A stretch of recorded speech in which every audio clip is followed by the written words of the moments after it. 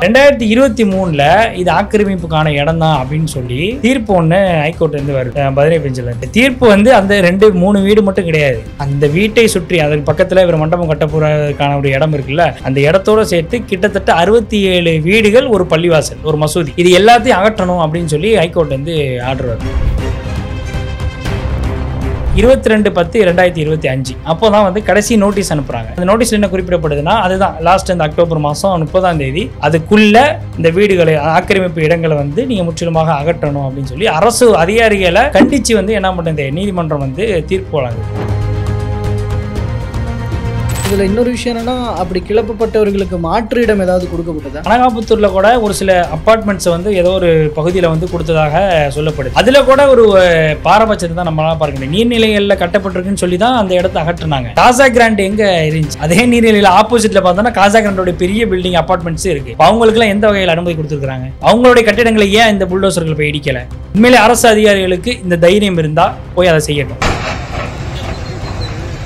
இப்போ சாதாரண மக்கள், சாமானிய மக்கள் இங்கே போராடுறாங்க, ஜனநாயக ரீதியில் போராடி அவங்க கஷ்டப்பட்டு உழைச்சி சிந்தி வேர்வையா சிந்தின அந்த ரத்தம் எல்லாம் இன்னைக்கு வந்து அவங்களுடைய உழைப்பு எல்லாத்தையும் மொத்தமாக கொட்டி இன்னைக்கு வீடு கஷ்டப்பட்டு வீடு கட்டியிருக்கிறாங்க. மளிகை கடை வச்சிருக்கிறவங்க, வெளிநாட்டில் வந்து போய் கூலி வேலை பார்க்குறவங்க, அது மாதிரி கொஞ்சம் கொஞ்சமாக குருவி சேர்க்குற மாதிரி சேர்த்து கட்டி வச்ச வீடுகள் எல்லாம் அனகாபுத்தூர்லையும் இப்படி தான் நடந்துச்சு, அம்மாப்பட்டணத்துலையும் இப்படி தான் நடக்குது. இன்னும் பல பகுதிகளில் இதே மாதிரி ஆக்கிரமிப்பில் இருக்கு, நீர்நிலைகளை வீடு கட்டியிருக்கீங்கன்னு சொல்லி அகற்றக்கூடிய வேலைகளை இன்னைக்கு வந்து அரசாங்கம் ரொம்ப வேகமாக பார்த்துட்டு இருக்கு.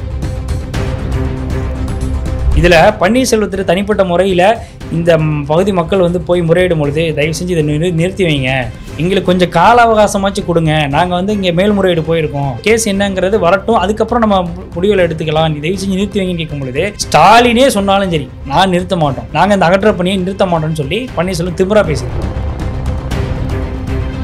உங்களுக்கு காசு இருக்கிறவனுக்கு எந்த அளவுக்கு வேணா நாங்க சாமரம் வீசுவோம், எந்த அளவுக்கு வேணா நாங்க இறங்கி போவோம், அவங்களுக்காக சட்டத்தை வளர்ச்சிக்கிடுவோம், அவங்களுக்குன்னா புறம்போக்கு நிலம் என்ன, நீர்நிலை என்ன, கடல்ல கூட நாங்க இடம் வாங்கி கொடுப்போம், கடல்ல கூட நாங்க இடம் கட்ட விடுவோம், வாய்ப்பு இருந்துச்சுன்னா நாங்க கடல்ல கூட பெரிய அபார்ட்மெண்ட்டை கூட கட்ட விடுவோம். இந்த விஷயங்கள் எல்லாமே இதே சாதாரண மக்கள் வந்துச்சுன்னா அவன் ஏதோ 100 வருஷத்துக்கு முன்னாடி அது ஒரு குளமா இருந்திருக்குது, அந்த குளம் கூட இன்னைக்கு அதுக்கான அட்ரஸே இல்ல. இந்த 85 வயதான ஒரு முதியவர் சொல்றாரு, எனக்கு விவரம் தெரிஞ்ச காலகட்டத்தில் நீங்க குளமே கிடையாதுங்கிறாரு. எம்ஜிஆர் யூனிவர்சிட்டியிலேருந்து பல யூனிவர்சிட்டி, சத்யபாமா யூனிவர்சிட்டி, செம்மஞ்சேரி சுற்றி இருக்கக்கூடிய அந்த யூனிவர்சிட்டிஸ் காலேஜஸ் பார்த்தாலும் முக்கால்வாசி ஏரியில தான் கட்டப்படும். அதுக்கெல்லாம் எப்படி அனுமதி கொடுத்தீங்க? இப்போ ஏன் அதையும் இன்னும் விட்டு வச்சிருக்கீங்க? நீ காசு இருக்கிறவனுக்கு ஒரு மாதிரி, காசு இல்லாதவனுக்கு ஒரு மாதிரி நீ வந்து பாரபட்சம் காட்டுற அப்படின்னா இது யாருக்கான அரசு? நீங்க தான் சமூக நீதி அரசுன்னு சொல்றீங்க. திமுகவுக்கும் இதுக்கும் எந்த சம்பந்தமும் கிடையாது. திமுக தான் ஒரு வருஷமா எங்களெல்லாம் வந்து இந்த வீடுகளை இடிக்காம பாதுகாத்துச்சு அப்படின்னு ஒரு பச்சை பொய்யை பரப்புறாங்க. சாத்தூர் ராமச்சந்திரன் அவர் வந்து ஒரு பேட்டி கொடுத்தார், முதல்வர் ஸ்டாலின் யாரும் வந்து இங்க வீடே இல்லாம இருந்துடக்கூடாது அப்படிங்கிறதுக்காக அந்த உணர்வோட செயல்படுறாரு. அதுலதான் இந்த 86,368 பேருக்கு வந்து பட்டா கொடுக்கப்பட்டது. எல்லா சாமானிய மக்கள், உங்களுக்காக குறிப்பாக இந்த திமுக கூட்டணிக்காக எல்லாம் வாக்களிச்ச மக்கள் தான் அங்க இருக்கிறவங்க.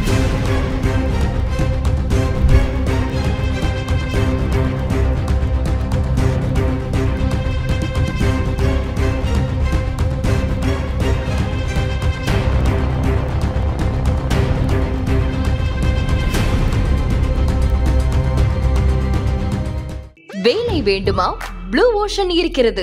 10th 12th டிப்ளமோ டிகிரி படித்தவர்களுக்கு உணவு, தங்குமிடம், இஎஸ்ஐ, பிஎஃப், இன்சூரன்ஸ் உள்ளிட்ட சலுகைகளுடன் அனுபவத்திற்கேற்ற நல்ல சம்பளம் 15,000 முதல் 30,000 வரை. பெண்களுக்கு முன்னுரிமை. 2,000க்கும் மேற்பட்ட வேலை வாய்ப்புகள் உள்ளன. இப்போதே தொடர்பு கொள்ளுங்கள். Blue ocean.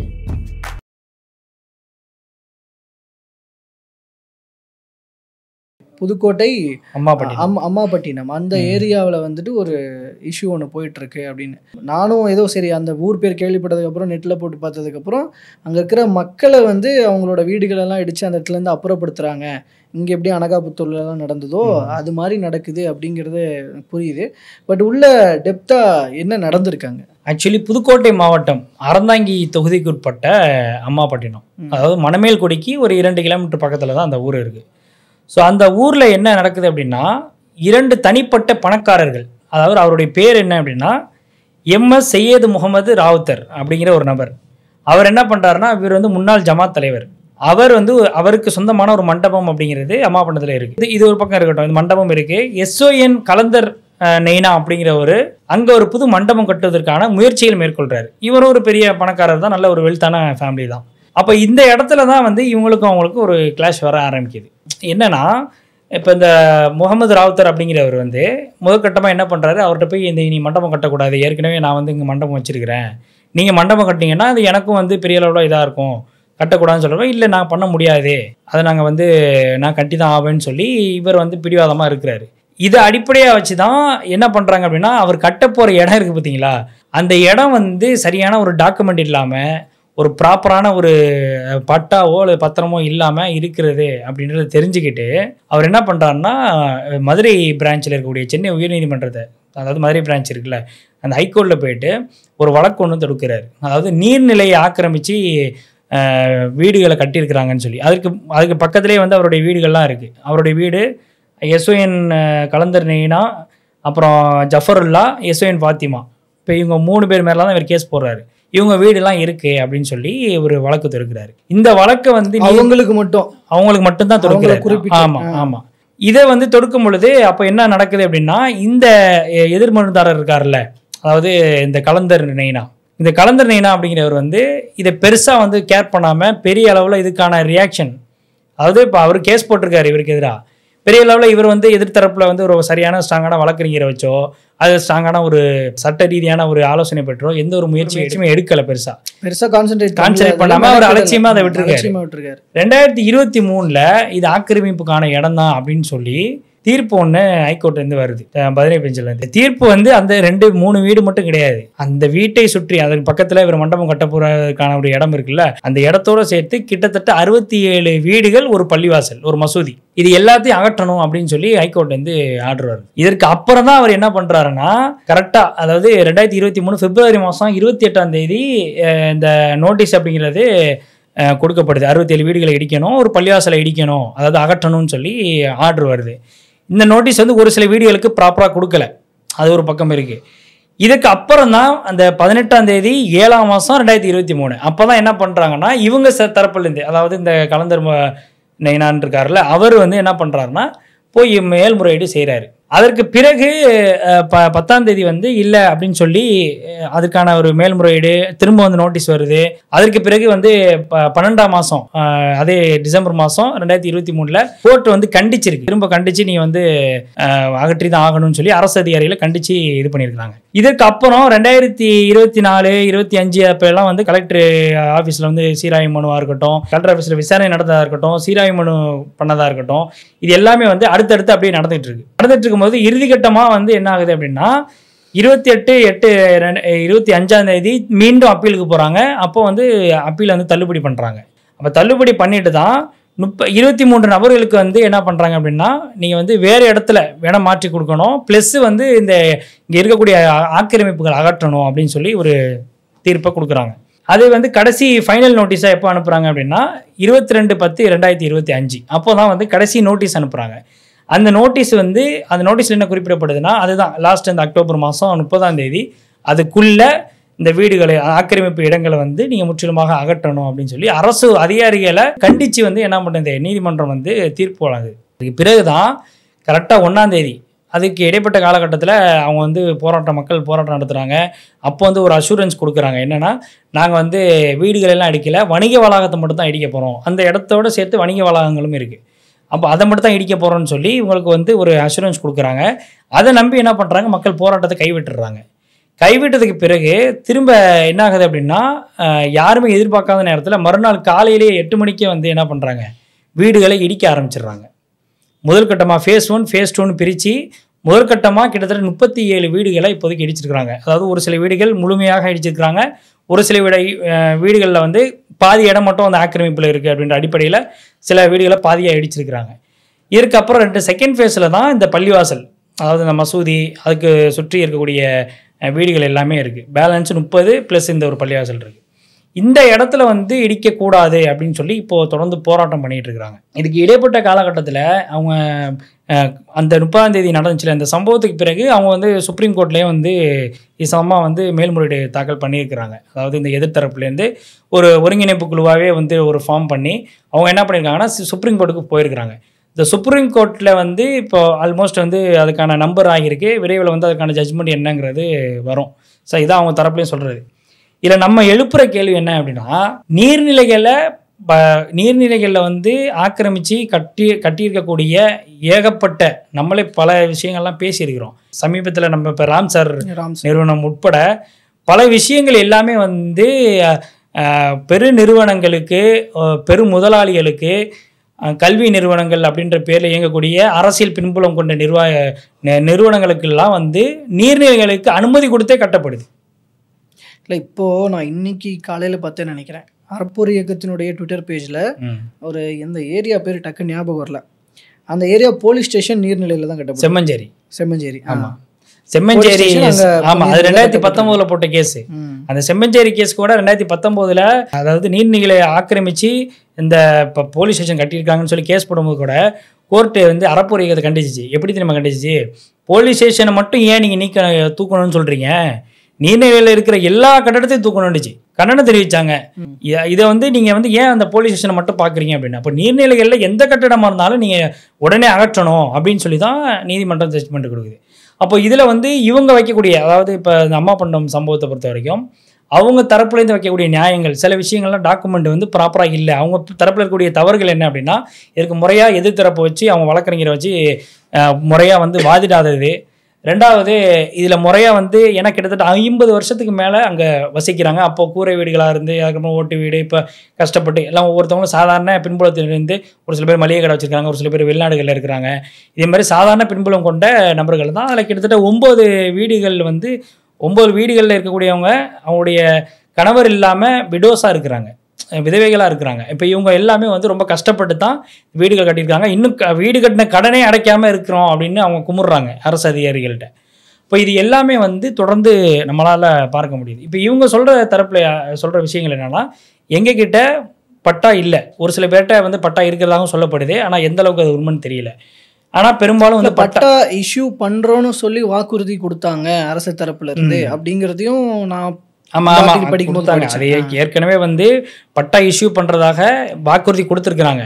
எப்படின்னா, நாங்கள் வந்து கண்டிப்பாக நாங்கள் இதுக்கான பட்டா நாங்கள் கொடுப்போம் அப்படின்னு சொல்லி அரசு அதிகாரிகள்கிட்ட ஏற்கனவே அவங்க முறையிட்டு அதுக்கான அஷூரன்ஸ் கொடுத்துருக்குறாங்க. ஆனால் இது வரைக்கும் அவங்க கொடுக்கப்படலை. இந்த இது இடிக்கப்படுற சம்பவத்தில் கூட இதற்கு முன்னதாக நம்ம பார்க்கும் பொழுது கடந்த பிப்ரவரி மாதம் வந்து பட்ஜெட் தாக்கல் செய்யப்படுறதுக்கு முன்னாடி முதல்வர் ஸ்டாலின் அவர்கள் ஒரு அனௌன்ஸ்மெண்ட்டை அமுதா ஐஏஎஸ் அவர்கள் மூலமாக வந்து கொடுக்குறாங்க. என்னென்னா, 10 வருஷத்துக்கு மேலே ஒரு இடத்துல ஒரு புறம்போக்கு நிலத்தில் வசிக்கிறாங்க அப்படின்னா, வீடு குறிப்பாக வந்து குடியிருப்பு வாசிகள் வசிக்கிறாங்க அப்படின்னா, அந்த இடம் வந்து அவங்களுக்கு முறையாக சொந்தமானது, அவங்க வந்து பட்டா வந்து ரெஜிஸ்டர் பண்ணி கொடுத்துடலாம் அப்படின்னு சொல்லி கிட்டத்தட்ட தமிழ்நாட்டில் பல்வேறு நகரங்களில் கீழே இருக்கக்கூடிய ஊராட்சிகள் உட்பட கிட்டத்தட்ட 86,368 இடங்களுக்கு வந்து பட்டா கொடுத்துருக்கு. இது வந்து ஏற்கனவே கொடுக்கப்பட்டது ப்ளஸ் திரும்பவும் கொடுக்கறதுக்கு ஆர்டர் போட்டுருக்காங்க. இது வந்து அரசினுடைய ஒரு கொள்கை முடிவாக எடுத்திருக்கிறாங்க. அப்போது அந்த அடிப்படையில் பார்த்தாவது இவங்களுக்கு வந்து நீங்கள் புறம்போக்கு நிலத்தில் இருக்குங்கிற அடிப்படையில் கொடுக்கணும்ல. இது வந்து நீர்நிலைன்னு சொல்கிறாங்க. இன்னொரு தரப்பில் அவங்க அம்மா பண்ண தரப்புலேருந்து இன்னொரு வைக்கக்கூடிய வாதம் என்ன அப்படின்னா, அங்கே நீர்நிலையே கிடையாது, அங்கே குளமே கிடையாதுங்க. குளம் கிட்டத்தட்ட 100 வருஷத்துக்கு முன்னாடி. இது நார்மலாக நம்ம பேசிட்டு இருக்கோம், அதை கேட்கணும்னு நினச்சேன். பக்கத்தில் அப்படி என்ன நீர்நிலை இருக்குது? ஏதாவது ஆறு ஏதாவது போகுதா, இல்லை ஏதாவது வாய்க்கால் இருக்கா? எதுவுமே கிடையாது. ஏரி இருக்கா, குளம் இருக்கா? 100 வருஷத்துக்கு முன்னாடி குளம் இருந்ததா சொல்கிறாங்க. அதற்கான எந்த ஒரு சான்றும் இல்லாத அளவுக்கு இன்றைக்கி வந்து நகரம் அப்படி பார்த்தோன்னா நம்ம உட்காந்து பேசிகிட்டு இருக்க இடமே ஏரி தான். நீ பெரும்பாலான இடங்கள் சென்னையிலே வந்து பல ஏரிகள் தான் இன்றைக்கி வந்து வீடுகளாக மாற்றப்பட்டிருக்கு, நீர்நிலைகள் தான் கட்டடங்களாக மாற்றப்பட்டிருக்கு. இதுமாரி பல இடங்களை நம்ம வந்து உதாரணங்களாக ரங்கநாதன் ஸ்ட்ரீட்ல ஏரியா தான் இருந்திருக்கு. இது எல்லாமே வந்து அப்போ இங்கே நம்ம எழுப்புற சாதாரண கேள்வி என்னென்னா, இதே இன்னொரு எக்ஸாம்பிள் சொல்லலாம். இப்போ இந்த ராம்சர் நிறுவனத்துக்கு கூட கடுமையான முறையில் கண்டித்து நீதிமன்றம் வந்து அதுக்கான அனுமதியை தடை வச்சிருக்குது. சமூக ஆர்வலர் ஒரு வழக்கறிஞர் தான் அந்த வழக்கை வந்து தொடுக்கிறாரு. கிட்டத்தட்ட 38 வருடங்களை தாண்டி 40 வருஷம் வரப்போகுது, யார்தான் 40 வருஷம் ஆக போகுது.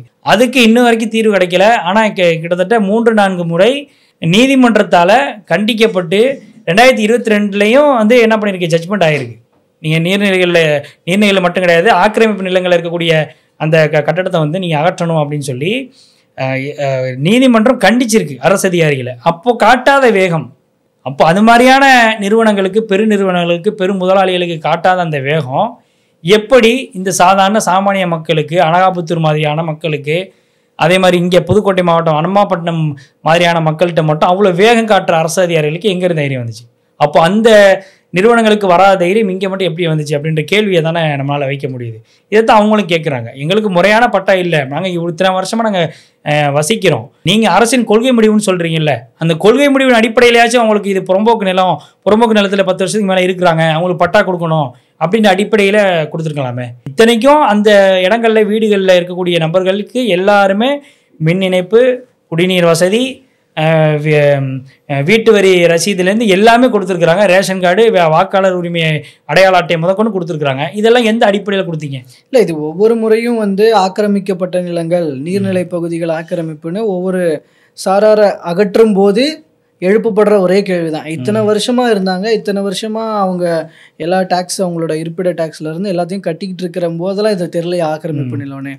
இப்போ வந்து திடீர்னு அவங்கள போகன்னு சொன்னால், இப்போ இதில் இன்னொரு விஷயம் என்னென்னா, அப்படி கிளப்பப்பட்டவர்களுக்கு மாற்று இடம் ஏதாவது கொடுக்கப்பட்டதா? இல்லை, அது மாதிரியான இடங்கள் கொடுக்கப்படல. இப்போ இவங்களோட டிமாண்ட் கொடுத்துட்டு இல்லை பண்ணியிருக்கணும். அது இப்போ என்னென்னா, அனகாபுத்தூரில் கூட ஒரு சில அப்பார்ட்மெண்ட்ஸை வந்து ஏதோ ஒரு பகுதியில் வந்து கொடுத்ததாக சொல்லப்படுது. அதில் கூட ஒரு பாரபட்சத்தை தான் நம்மளால் பார்க்க முடியும். நீர்நிலைகளில் கட்டப்பட்டிருக்குன்னு சொல்லி தான் அந்த இடத்த அகற்றுனாங்க. காசா கிராண்ட் எங்கே இருந்துச்சு? அதே நீர்நிலையில் ஆப்போசிட்டில் பார்த்தோன்னா காசா கிராண்டோடைய பெரிய பில்டிங் அப்பார்ட்மெண்ட்ஸும் இருக்குது. இப்போ அவங்களுக்குலாம் எந்த வகையில் அனுமதி கொடுத்துருக்குறாங்க? அவங்களுடைய கட்டிடங்களை ஏன் இந்த புல்டோசர்கள் போய் இடிக்கலை? இங்கே சாஸ்திரா பல்கலைக்கழகத்தில் ஆக்கிரமித்து கிட்டத்தட்ட 31 ஏக்கர் அது அந்த இடம். அந்த இடத்த ஆக்கிரமிப்பு அகற்றணும்னு சொல்லி புல்டோசரை கொண்டு போய் ஏன் இடிக்கலை? அப்போ சாதாரண மக்கள், சாமானிய மக்கள் இங்கே போராடுறாங்க, மக்கள் ஜனநாயக ரீதியில் போராடி அவங்க கஷ்டப்பட்டு உழைச்சி சிந்தி வேர்வையாக சிந்தின அந்த ரத்தமெல்லாம் இன்றைக்கி வந்து அவங்களுடைய உழைப்பு எல்லாத்தையும் மொத்தமாக கொட்டி இன்றைக்கி கஷ்டப்பட்டு வீடு கட்டியிருக்கிறாங்க.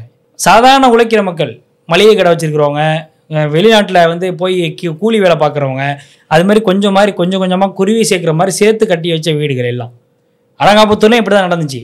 அம்மாப்பட்டினத்துலேயும் இப்படி தான் நடக்குது. இன்னும் பல பகுதிகளில் இதே மாதிரி ஆக்கிரமிப்பில் இருக்குது, நீர்நிலைகளில் வீடு கட்டியிருக்கீங்கன்னு சொல்லி அகற்றக்கூடிய வேலைகளை இன்றைக்கி வந்து அரசாங்கம் ரொம்ப வேகமாக பார்த்துட்டு இருக்கு. இந்த தனிநபர், இந்த 2 பணக்காரர்களுக்கான இந்த தனிப்பட்ட பகை இன்னைக்கு கிட்டத்தட்ட 67 வீடுகளை இன்னைக்கு வந்து வீடுகளில் இருக்கக்கூடிய ஆட்களை நடுத்தருவில் நிப்பாட்டி இருக்கு. இதில் வந்து இந்த 2 பேர் மேலே மிகப்பெரிய அளவில் மிஸ்டேக் இருக்குது. ஒரு பக்கம் அவர் கேஸ் போட்டதே மிகப்பெரிய அயோக்கியத்தனம். அவர் கேஸ் போட்டதே அது எந்த அளவுக்கு பேக் ஃபயர் உண்டாகும்னு அவருக்கு தெரியாமலாம் போட்டுக்க மாட்டார். இல்லாட்டி இந்த அளவுக்கு தெரியும் அவர் போய் போட்டுக்க வாய்ப்பே கிடையாது. அப்போ இதோடைய கான்சிக்வன்சஸ் எந்த அளவுக்கு உருவாகும், இதனுடைய விளைவுகள் எந்த அளவுக்கு மோசமாக இருக்குங்கிற ஒரு விஷயத்தை அவர் தெரிஞ்சு தான் போட்டாரா தெரியாமல் போட்டாரான்னு தெரியல. ஆனால் இது வந்து பச்சை ஐயோக்கியத்தனம்.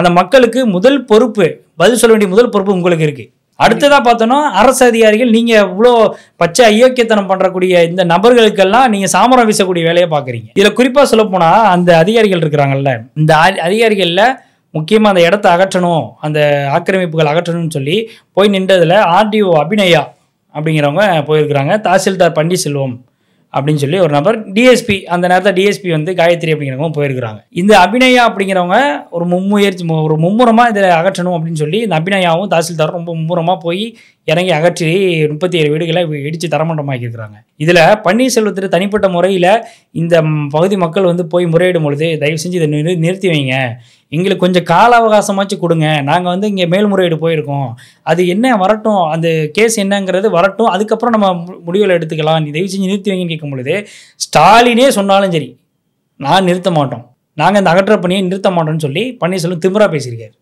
இந்த வார்த்தையே சொல்லியிருக்காரு. இதை வந்து என்கிட்ட அங்கே ஒருங்கிணைப்பு குழுவில் இருந்த நபரே நம்ம கிட்ட சொல்றாரு. அப்போ இது வெளிப்படையாகவே இது வந்து நீங்கள் ஸ்டாலினே சொன்னாலும் நாங்கள் அகற்றுவோம்னா, அப்போது ஸ்டாலின் அவர்கள் இந்த இடத்துக்கு நீ அகற்றணும்னு சொல்லி இதை ஃபுல் ஃப்ரீடம் கொடுத்து வச்சிருக்காரா? காசா கிராண்டு, இந்த பக்கம் இருக்கக்கூடிய சாஸ்திரா பல்கலைக்கழகம் மாதிரியான பெரும் முதலாளிகளை அகற்றணும், அந்த மாதிரி அவங்களெல்லாம் வந்து ஆக்கிரமிப்பு பண்ணி வச்சிருக்கிறாங்க, அவங்களுடைய இடங்கள்லாம் அகற்றணும் அப்படின்னு சொல்லி உங்களுக்கு ஒரு ஆர்டர் வருது, இல்லை கோர்ட்லேயே வந்து கண்டிச்சே ஆர்டர் வருது அப்படின்னா, வாய் திறக்காம அதுக்கு எந்த ஒரு நடவடிக்கையும் எடுக்காம இருக்கிற அரசாங்கம், இந்த அரசு அதிகாரிகள் எப்படி சாதாரண மக்கள்கிட்ட மட்டும் போறாங்க? இது நம்ம இதுல இன்னொரு பக்கம் திமுக அது இந்த இந்தியா ஜனநாயகத்துக்கு இப்போ வரைக்கும் நிகழ்ந்துகிட்டு இருக்கிற ஒரு சாபக்கேடுன்னு வச்சுக்கலாம். இது வலியோருக்கு ஒரு நீதி, எளியோருக்கு கோர்ட் ஏதோ சரிசமமாக பார்த்தாலும் கூட, நீதிமன்றங்கள் சரிசமமாக பார்த்து தீர்ப்பு கொடுத்தாலும் கூட, அதை செயல்படுத்துகிற இடத்துல இருக்கிற அரசு அதிகாரிகள் அப்படி இல்லையே அப்படிங்கிறது தான் ஒரு பெரிய ஒரு சாபக்கேடான ஒரு விஷயம். இல்லை சொன்னது போல தான், வலியோருக்கு ஒரு மாதிரியும் எளியோருக்கு ஒரு மாதிரியும் நீங்கள் ரியாக்ட் பண்ணுறீங்கன்னா என்ன மாதிரியான இல்லை நிறைய விஷயங்கள் இதில் வந்து ஊராட்சியில் வந்து சில அதிகாரிகள், ஊராட்சியில் இருக்கக்கூடிய அதிகாரிகள் அதில் வந்து சில தவறுகள் பண்ணியிருக்கிறாங்க அப்படின்றதான் அவங்க குறிப்பிடுறாங்க. குறிப்பாக அந்த குளம், அந்த ஒரு பள்ளிவாசல் குளம்னு சொல்கிறாங்க. அந்த பள்ளிவாசல் குளம்னு தான் அவங்கள்ட்ட டாக்குமெண்ட் இருக்குது. ஆனால் அவங்கள்ட்ட இருக்கிற டாக்குமெண்ட்டில் பள்ளிவாசல் குளம்னு இருக்குது. ஊராட்சியில் இருக்கக்கூடிய அந்த டாக்குமெண்ட்டில் அந்த அதிகாரிகள் வந்து அதை அப்டேட் பண்ணாமல் வச்சுருக்கிறாங்க. அது குளம்னு இருக்குது. 1986க்கு முன்னாடி அது குளம்னு இருந்திருக்கிறதாக சொல்கிறாங்க. அதுக்கு பிறகு பள்ளிவாசல் குளம்னு மாற்றப்பட்டிருக்கு. அதுக்கான டாக்குமெண்ட்டை கையில் வச்சுருக்கிறாங்க. அப்போது அந்த குளம், பள்ளிவாசல் குளம்னா பொதுவாக அவங்களுக்கு தெரியும். கோவில் குளம்னா கோவில் குளம் இருக்கும், அதை சுற்றி பகுதிகள் இதெல்லாம் இருக்கிறது இயல்பானது. அது ஓரத்தில் வீடுகள் இருக்கும் அல்லது இது. அதே போன்று தான் இங்கேயும் இருக்குது. பள்ளிவாசல் குளம்னா கிட்டத்தட்ட பல இடங்களில், பல ஊர்களில் பள்ளிவாசல் பக்கத்தில், குறிப்பாக அந்த ஈசிஆர் லைனில், ஏன்னா நானும் அந்த ஊர் பக்கத்து ஊர் தான். அப்போது அந்த பகுதிகளில் பெரும்பாலும் வந்து அந்த பள்ளிவாசலுக்கு சொந்தமான ஒரு இடம் இருக்குது அப்படின்னா, பள்ளிவாசல் கட்டப்பட்டிருக்கு அப்படின்னா அதுக்கு பக்கத்துலேயே வந்து ஒரு குளம் இருக்கும். அதிகபட்சம் எல்லா இடத்துலையும் இருக்கும். சில பேர் வந்து இடம் பற்றாக்குறையினால அந்த இடத்த என்ன அப்படின்னா மூடிடுவாங்க. மூடிட்டு அதுக்கு வேறு ஏதாவது அவங்களுடைய பள்ளிவாசல் தேவைக்கோ, அந்த மசூதி தேவைக்கோ, இல்லை வேறு இருப்பிடங்கள், அந்த சாதாரண மக்கள், பாதிக்கப்படுற மக்கள் வந்து ஏழை மக்களுக்கு வீடு கட்டி அவங்கள அமர்த்துற மாதிரி விஷயங்களாக இருக்கட்டும், இது மாதிரியான வேலைகளை சில பள்ளிகள் வந்து இந்த வக்குஃபோடைய இதில் வந்து பண்ணி கொடுப்பாங்க. இப்போ இந்த மாதிரியான ஒரு சம்பவத்தில் நம்ம பார்க்கும்பொழுது அது நீர்நிலைன்ற ஒரு கான்செப்டுக்கு முதல்ல வராது. அவங்களுக்கு சொந்தமான குளம், பள்ளிவாசல் குளம்ங்கிறது அவங்களுக்கு சொந்தமான குளம். இது பள்ளிவாசல் அப்படிங்கிறது நிச்சயமாக வந்து, அதுவும் குறிப்பாக இந்த 10 வருஷத்துக்கு மேலே ஒரு புறம்போக்கு நிலத்தில் வந்து வீடுகள் இருந்தாலே வந்து அதுக்கு கொடுக்கணும், அதுக்கான இடத்த வந்து முறையாக வந்து பட்டா எழுதி கொடுக்கணுங்கிறது அரசினுடைய கொள்கை. அதே மாதிரி தான் இங்கே வழிபாடு தலங்களுக்கும், வழிபாட்டு தலங்கள் எந்த மாதிரியான இடத்துல இருக்குது அப்படிங்கிறத பார்க்கணும். அப்போ இது எல்லாமே ஏதோ ஒரு தனிநபர் போட்டிருக்கிறாரு அப்படிங்கிறதுக்காக கோர்ட்டில் தீர்ப்பு வந்துருச்சு, அரசு அதிகாரிகள் தங்களுடைய வேலையை பாதுகாத்துக்கணும் அப்படிங்கிற ஒரே காரணத்துக்காக இந்த அப்பாவி மக்கள் 2 நபர் தனிப்பட்ட அந்த பணக்காரர்கள் செஞ்ச அந்த ஒரு தவறுகள்னால ஒட்டுமொத்த இங்கே 67 குடும்பம், கிட்டத்தட்ட அந்த ஊரே வந்து நீங்கள் பாதிக்கப்பட்டிருக்கிறாங்க. அந்த ஊரே நீங்கள் போராட்ட களமாக மாறி இருக்கு.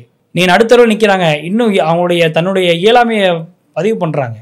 இதுக்கப்புறம் நாங்கள் என்ன பண்ணுறது, நடுத்தரவுக்கு வந்துட்டோம் அப்படின்னு சொல்லி தன்னுடைய இயலாமையை பதிவு பண்ணுறாங்க. இப்போ அரசு அதிகாரிகள், நீங்கள் உங்களுடைய கைகள், இதே கைகள் காசா கிராண்டு அனகாபுத்தூர் பக்கத்தில் இருக்குல்ல, நீர்நிலை ஒட்டி தான் இருக்குது. அது நம்மளுடைய சேனல்லையே நம்ம வந்து நேரடியாக போய் அதை பதிவு செஞ்சுருந்தோம். நீர்நிலை ஓரமாக இருக்கிற அந்த இடங்களை எல்லாத்தையுமே வந்து அகற்றுவதற்கு உங்களுக்கு தைரியம் இருக்கா? உண்மையிலே அரசு அதிகாரிகளுக்கு இந்த தைரியம் இருந்தால் போய் அதை செய்யட்டும். இதே மாதிரி பல இடங்கள் அனகாபுத்தூரில் கிட்டத்தட்ட 393 வீடுகள் அகற்றப்பட்டுச்சு. அனுமதி கொடுக்கறதே அவங்க தானே ப்ரோ. எல்லாத்தையும் கட்டுறதுக்கு நான் தான் சிஎம்டி அப்ரூவல் எப்படி கொடுக்குறீங்க? ஆனால் இப்போ இதுக்கே வந்து என்ன எப்படி ஆச்சு, இப்போ ராம்சார் நிலத்துல கொடுக்கப்பட்டதுக்கே அதுக்கு தான் கோர்ட்டு அப்படி கடுமையான கண்டனத்தை பதிவு செஞ்சிருக்காங்க. உங்களுக்கு காசு இருக்கிறவனுக்கு எந்த அளவுக்கு வேணா நாங்க சாமரை வீசுவோம், எந்த அளவுக்கு வேணா நாங்க இறங்கி போவோம், அவங்களுக்காக சட்டத்தை வளர்ச்சிக்கிடுவோம். அவங்களுக்குன்னா புறம்போக்கு நிலம் என்ன, நீர்நிலை என்ன, கடல்ல கூட நாங்க இடம் வாங்கி கொடுப்போம், கடல்ல கூட நாங்க இடம் கட்ட விடுவோம், வாய்ப்பு இருந்துச்சுன்னா நாங்க கடல்ல கூட பெரிய அப்பார்ட்மெண்ட்டை கூட கட்ட விடுவோம்.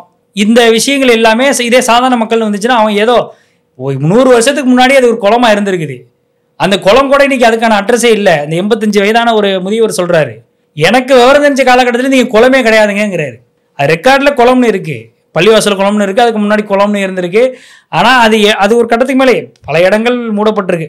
நீர்நிலைகளை மூடி தான் இன்னைக்கு வந்து வீடுகளாக இருக்கட்டும் எல்லாமே வந்துட்டு இருக்கு. இப்போ ஒரு நகரமயமாதலே வந்து அப்படிதான் மாறிக்கிட்டு இருக்கு. ஒரு டவுன் பிளேஸ் எப்படி மாறுது, அதுக்கு முன்னாடி பார்த்தோம் அப்படின்னா அது வந்து நீர்நிலைகளாகவோ அல்லது ஏரிகளாகவோ அல்லது குளங்களாகவோ ஏதாவது ஒன்று தான் இருந்திருக்கும். நீங்கள் இன்னைக்கு சென்னையை நீங்கள் வளர்த்துருக்கிறீங்க அப்படின்னா இந்த அளவுக்கு டெவலப்மெண்ட்ஸ்னு கொண்டு வர்றீங்கல்ல, அப்பார்ட்மெண்ட்ஸு காசா கிராண்ட்லேயும் ஜி ஸ்கொயர்லேருந்து எல்லாமே கொண்டு வர்றீங்கல்ல, இது எல்லாமே எதில் கட்ட விட்டீங்க? இங்கே இருக்கக்கூடிய முக்கால்வாசி கல்வி நிலையங்கள் எதில் இருக்குது, கல்வி நிறுவனங்கள் எதில் கட்டப்பட்டிருக்கு? எம்ஜிஆர் யூனிவர்சிட்டியிலேருந்து பல யூனிவர்சிட்டி, சத்யபாமா யூனிவர்சிட்டி, செம்மஞ்சேரி சுற்றி இருக்கக்கூடிய அந்த யூனிவர்சிட்டிஸு காலேஜஸை பார்த்தாலே முக்கால்வாசி ஏரியில் தான் கட்டப்பட்டிருக்கு. அதுக்கெல்லாம் எப்படி அனுமதி கொடுத்தீங்க? இப்போ ஏன் அதையும் இன்னும் விட்டு வச்சிருக்கிறீங்க? இத்தனைக்கும் கடந்த ஆகஸ்ட் மாதம் கூட நீர்நிலைகளில் கட்டப்பட்டிருக்க எல்லா இடங்களையும் அகற்றணும், எல்லா ஆக்கிரமிப்பு இடங்களையும் கட்டடங்களையும் அகற்றணும் அப்படின்னு சொல்லி நீதிமன்றம் கண்டிச்சிருக்கு. இப்போ ஆகஸ்ட் மாதம், கடந்த ஆகஸ்ட் மாதம். அப்போ இத்தனை விஷயங்கள் எல்லாமே வந்து ஓப்பன் நடக்குது. அப்போது நீ காசு இருக்கிறவனுக்கு ஒரு மாதிரி, காசு இல்லாதவனுக்கு ஒரு மாதிரி நீ வந்து பாரபட்சம் காட்டுற அப்படின்னா இது யாருக்கான அரசு? நீங்கள் தான் சமூக நீதி அரசுன்னு சொல்கிறீங்க. இத்தனைக்கு இதில் முக்கியமான விஷயம், வேதனையான விஷயம் என்ன அப்படின்னா, இதில் எப்படியும் வந்து மக்கள் சாதாரணமாக அரசு அதிகாரிகள் நோக்கி தான் போராடுவாங்க. கேள்வி அவங்கள தானே கேட்பாங்க. ஒரு அரசு அதிகாரிகள் வருவாய்த்துறை டிபார்ட்மெண்ட்டில் இருக்கக்கூடிய அலுவலர் யார், ஆர்டிஓ யார், தாசில்தார் யார், எல்லாம் உங்கள் அரசு கீழே, தமிழ்நாடு அரசு கீழே வரக்கூடிய அதிகாரிகள் தான். கேள்விகளை அவங்க நோக்கி தான் கேட்பாங்க. அப்போ திமுகவுக்கும் இதுக்கும் எந்த சம்மந்தமும் கிடையாது. திமுக தான் ஒரு வருஷமாக எங்களெல்லாம் வந்து இந்த வீடுகளை இடிக்காமல் பாதுகாத்துச்சு அப்படின்னு ஒரு பச்சை பொய்யை பரப்புகிறாங்க. இப்போ திமுக இதுக்கு வந்து பாதுகாத்துச்சு அப்படின்னா நீ என்ன பண்ணியிருக்கணும்? முறையாக ஒரு வழக்கறிஞரை, இப்போ இது மாதிரி இருக்குது, இந்த சுச்சுவேஷன் இந்த அளவுக்கு மோசமாக இருக்குது, நீங்கள் வந்து இந்த மாதிரி நீதிமன்றத்தை நாடுங்க, வழக்கறிஞரை இது மாதிரி கொண்டு போய் இந்தாங்க நாங்கள் கூட இங்கே எங்கள் சார்பில் வழக்கறிஞர் ஸ்ட்ராங்கான ஒரு வழக்கறிஞரை கொடுக்குறோம் அப்படின்னு சொல்லி நீங்கள் கொடுத்து அதற்கான ஒரு சட்ட போராட்டத்தை ஏதாவது மேற்கொண்டீங்களா? இது பச்சை பொய்ன்னு நான் ஏன் சொல்கிறேன் அப்படின்னா, அந்த ஒருங்கிணைப்பு குழு கிட்டத்தட்ட 2 வருடமாக இந்த இடிபாடுகள், நீங்க முன்னாடி சொன்னது போல அரசினுடைய கொள்கை முடிவின்படி பட்டா கொடுத்துட்டு போயிருக்கலாமே. அதுக்கான முயற்சியில் என்ன மேற்கொண்டீங்க? அதுக்கான அதிகாரம் உங்ககிட்ட தானே இருக்கு. அதை இப்போ அவங்க முறையீடுறது அதை தான். புறம்போக்கு நிலத்தில் 10 வருஷத்துக்கு மேலே இருந்தால் பட்டா கொடுக்கணும்னு சொல்லி நீங்கள் அரசின் கொள்கைன்னு சொல்கிறீங்க. அதை கொடுக்கறதுல உங்களுக்கு என்ன பிரச்சனை இருக்குது? இது குளமே கிடையாது, நீர்நிலையே கிடையாது. முதல்ல நான் நேரில் பார்த்துருக்கேங்க அந்த இடத்த. அந்த ஊர் முழுக்க நான் சுற்றி இருக்கிறேன். அந்த ஊரில் எந்த இடத்துல குளம் இருக்குது, எந்த இடத்துல பள்ளிவாசல் மசூதிகள் இருக்குது, எந்த இடத்துல கோயில் இருக்குது, எல்லா இடமும் எனக்கு தெரியும். அங்கே வந்து நீர்நிலைகளை அகற்றி கட்டுனாங்கன்னு சொல்கிறாங்கல்ல. இங்கே சென்னையில் ஏரிகளை அகற்றி கட்டிக்கிட்டு இருக்கிறாங்கல்ல, அது மாதிரி நாங்கள் கட்டலை. இருக்கக்கூடிய ஏதாவது ஒன்றை இடங்களில் குளங்களோ சின்ன சின்ன குளங்களோ குட்டைகளோ இருந்துச்சுன்னா அது தேவைக்கு ஏற்ப அவங்க அகற்றிட்டு கட்டிருக்காங்க. இது வந்து எல்லாத்துக்கும் அப்ரூவல் கொடுத்து நீங்கள் தானே கொடுத்துருக்குறீங்க. அப்போ இது எல்லாமே ஒரு பச்சை அயோக்கியத்தனமான ஒரு பாரபட்சமான ஒரு விஷயம் தானே இது.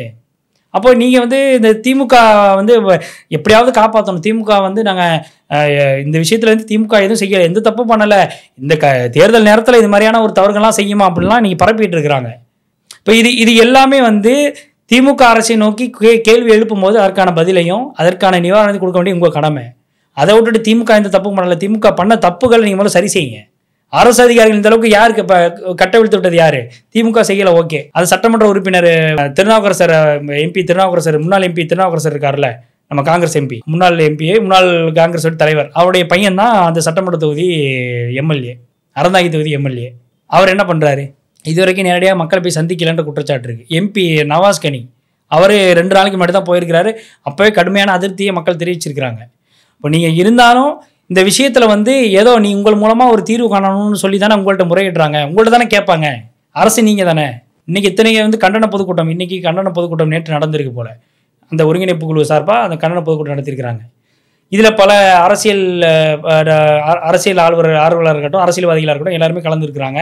இந்த போராட்டம் அப்படின்னு தொடர்ந்துட்டு இருக்கு. அடுத்த கட்டமாக நாங்கள் சட்ட ரீதியாக நாங்கள் சில நடவடிக்கைகள் மேற்கொள்வதற்கான முயற்சிகளை மேற்கொண்டிருக்கோம், சிஎம் வரைக்கும் சந்திப்பதற்கான முயற்சிகளை மேற்கொண்டிருக்கோம் அப்படின்னு அவங்க தரப்புலேருந்து சொல்கிறாங்க. இப்போ இது எல்லாமே இதுக்கு ஒரு உரிய நிவாரணம் கிடைக்கணும், அவங்களுக்கு உரிய தீர்வு கிடைக்கணும். இடிக்கப்பட்ட அந்த 37 வீட்டு உரிமையாளர்களுக்கு முறையான மாற்று இடம் கொடுத்து அவங்களுக்கு முறையான பொருளாதார உதவி செய்யணும், அவங்களுக்கு முறையான நிவாரணம் அளிக்கணும். அப்படிங்கிறது தான் நம்ம இந்த மக்கள் தரப்புலேருந்து சொல்லக்கூடிய ஒரு கோரிக்கையாக இருக்கும். அது இல்லாமல் இந்த 30 வீடுகள், ஒரு பள்ளிவாசல், ஒரு மசூதி, இதையிலையும் நீங்கள் திருப்பி கை வச்சிங்க அப்படின்னா நீங்கள் தேனி கூட்டுக்குள்ளே கை வைக்கிற மாதிரி தான். இப்போ அதற்கான முயற்சிகள் நீங்கள் வந்து இப்போது இவங்க வைக்கக்கூடிய கோரிக்கை இதுக்கு இப்போ இருக்கக்கூடிய இடங்களில் நீங்கள் கை வைக்கக்கூடாது, ஏற்கனவே இடிப்பட்டதுக்கு உரிய நிவாரணம் வழங்கணும். இப்போ இந்த 30 வீடுகளும் ப்ளஸ் பள்ளிவாசம் மேலே நீங்கள் வந்து எந்த ஒரு நடவடிக்கையும் எடுக்கக்கூடாது அப்படின்னு சொல்லி தான் அவங்க வந்து இப்போ கோரிக்கை வைக்கிறாங்க. அந்த கோரிக்கை அரசு மூலம் செவிசாச்சு அதற்கான முறையான நடவடிக்கை எடுக்கணும். அந்த நடவடிக்கை எடுக்கலை அப்படின்னா நாங்கள் அடுத்த கட்ட போராட்டத்தை இன்னும் வீரியமாக நகர்த்துவோம் அப்படின்னு ஒருங்கிணைப்பு குழு சார்பாக சொல்லியிருக்கிறாங்க. இதில் வந்து அந்த அகற்றணுன்றது கோர்ட் உத்தரவாச்சு இல்லையா? கோர்ட் உத்தரவு தான். நான் என்ன சொல்றேன், அந்த நடவடிக்கை அரசு தரப்புல இருந்து என்ன பண்ணலாம்னா மாற்று இடம், பொருளாதார உதவி கொடுக்கலாம். நிச்சயமா மாற்று இடம் கொடுக்கலாம், பொருளாதார உதவி கொடுக்கலாம். நீங்க சொல்றது வந்து அவங்களுடைய வாதத்திலே வச்சுக்கிட்டாலும் அந்த நீர்நிலை இடமாவே இருக்கட்டுமே, அதுக்கு மாற்று இடம் புறம்போக்கு நிலம் இருக்குல்ல, அரசு தரப்புல இருந்து புறம்போக்கு நிலம் 10 வருஷத்துக்கு மேல இது பண்ணா கொடுக்கறதுக்கு உங்களுக்கு அதிகாரம் இருக்குல்ல, அதை கொடுங்க. நரிக்குறவ சமூகத்தை சேர்ந்தவர்களுக்கு இங்கே சென்னையில் பட்டா கொடுக்கப்பட்டுச்சுல, அதே மாதிரியான ஒரு சிறப்பு கொள்கை முடிவு எடுங்க, அரசு தரப்பில் எடுத்து இவங்க வீடில் அவங்களுக்குலாம் வீடு கொடுக்கணும் அப்படின்னு சொல்லுங்க. இப்போ வருவாய்த்துறை அமைச்சர் பிப்ரவரி மாதம் சாத்தூர் ராமச்சந்திரன் அவர் வந்து ஒரு பேட்டி கொடுத்தாரு. முதல்வர் ஸ்டாலின் யாரும் வந்து இங்கே வீடே இல்லாமல் இருந்துடக்கூடாது அப்படிங்கிறதுக்காக அந்த உணர்வோடு செயல்படுறாரு அப்படின்னு சொல்லி பேட்டி கொடுத்தாரு. அதற்கான முயற்சிகளை மேற்கொள்கிறோம். அதில் தான் இந்த 86,368 பேருக்கு வந்து பட்டா கொடுக்கப்பட்டது. அது திருநெல்வேலி, சென்னை சுற்றி இருக்கக்கூடிய மாவட்டம், காஞ்சிபுரம், திருவள்ளூர், அப்புறம் இந்த சரௌண்டிங் சென்னை, இந்த சரௌண்டிங்கில் இருக்கக்கூடியது செங்கல்பட்டு, இந்த மாவட்டங்கள் உட்பட திருநெல்வேலி, மதுரை, இது மாதிரி பல நகரங்களில் மாநகராட்சிக்கு உட்பட்ட பல இடங்களில் இதேமாதிரி பட்டா இல்லாதவங்களுக்கு பட்டா கொடுக்கப்பட்டிருக்கு. அந்த அடிப்படையிலேயாச்சும் இவங்களை மாற்று இனமாச்சும் நீங்கள் ஏற்பாடு செய்யணும். இதுதான் அவங்க வைக்கக்கூடிய பிரதான கோரிக்கை. எல்லா சாதாரண மக்கள், சாமானிய மக்கள், உங்களுக்காக, குறிப்பாக இந்த திமுக கூட்டணிக்காக எல்லாம் வாக்களித்த மக்கள் தான் அங்கே இருக்கவங்களாம். சிறுபான்மை சமூகத்தை சேர்ந்தவங்களாம் அங்கே மெஜாரிட்டியாக இருக்கிறாங்க. அந்த சமூக மக்கள் தான் அவங்களுக்கு தான் அஃப்கோர்ஸ் அவங்களுக்கு தான் வாக்களிச்சிருக்கிறாங்க. இது வெளிப்படையாகவே சொல்லலாம். ஏன்னா எல்லாருக்கும் தெரிஞ்ச விஷயம் தான் இது. இப்போ இத்தனைக்கும் வந்து உங்களை நம்பி அவங்க இன்னைக்கு வரைக்கும் உங்களை நம்புறாங்க. இப்போ அதற்கான ஒரு நம்பிக்கையை நீங்கள் காப்பாற்றுற விதமாக ஏற்கனவே அரசு அதிகாரிகள் ஒரு நம்பிக்கை கொடுத்து அதை ஏமாற்றி இன்னைக்கு வந்து வீடுகளை இடிச்சிட்டாங்க. இதுக்கப்புறம் முறையான ஒரு அஷூரன்ஸ் கொடுத்து அரசு தரப்பில் இந்த நடவடிக்கை உடனே நிறுத்தணும். அதை தாண்டி சட்ட ரீதியான நடவடிக்கைகளுக்கு அரசு முதன்மையான உதவி அளிக்கணும் அப்படிங்கிறது தான் அவங்க சொல்லக்கூடிய ஒரு வாதமாக இருக்குது. மக்களின் சார்பாக, அந்த ஊர் மக்களின் சார்பாக இந்த கோரிக்கையை நம்மளுடைய இந்த பிஹைண்ட் செய்தி நிகழ்ச்சி வாயிலாக கூட தெரிவிச்சுக்கிறோம். கண்டிப்பாக. இப்போது இதில் ஒரு பக்கம் அரசியல் சார்ந்த விஷயங்கள் பேசப்பட்டாலும் இன்னொரு பக்கம் மக்களினுடைய உணர்வுகள் சார்ந்த, வழிகள் சார்ந்த ஒரு விஷயத்தை முன் வச்சிருக்கிறோம். இது சம்பந்தப்பட்ட அதிகாரிகளுக்கோ அரசு நிர்வாகிகளுக்கும் அதிகாரிகளுக்கும் போய் சேரட்டும் அப்படின்றது தான் எதிர்பார்க்குறோம். அவங்களுடைய பதில்கள் என்னவாக இருக்கிறது, நடவடிக்கைகள் மக்களுக்கு பலன் தரக்கூடிய வகையில் இருக்கணும் அப்படிங்கிறது தான். பட் அதை நோக்கிய நகர்வுகள் இருக்குதான்னு பார்க்கலாம். தொடர்ந்து பேசலான்னு நினைக்கிறேன். மறுபடியும் மற்றும் ஒரு பிஹைண்ட் தி செய்தி நிகழ்ச்சியில் வேறு சில டாபிக்ஸோடு உங்களை நாங்கள் சந்திக்கிறோம். இன்றைக்கி பேசின விஷயங்களில் உங்களோட பார்வைகளையும் கருத்துக்களும் தகவல்களும் என்ன இருக்குது அப்படிங்கிறத கமெண்ட்டில் பதிவு பண்ணுங்கள். மறுபடியும் அடுத்த நிகழ்ச்சியில் சந்திக்கிறோம். நன்றி.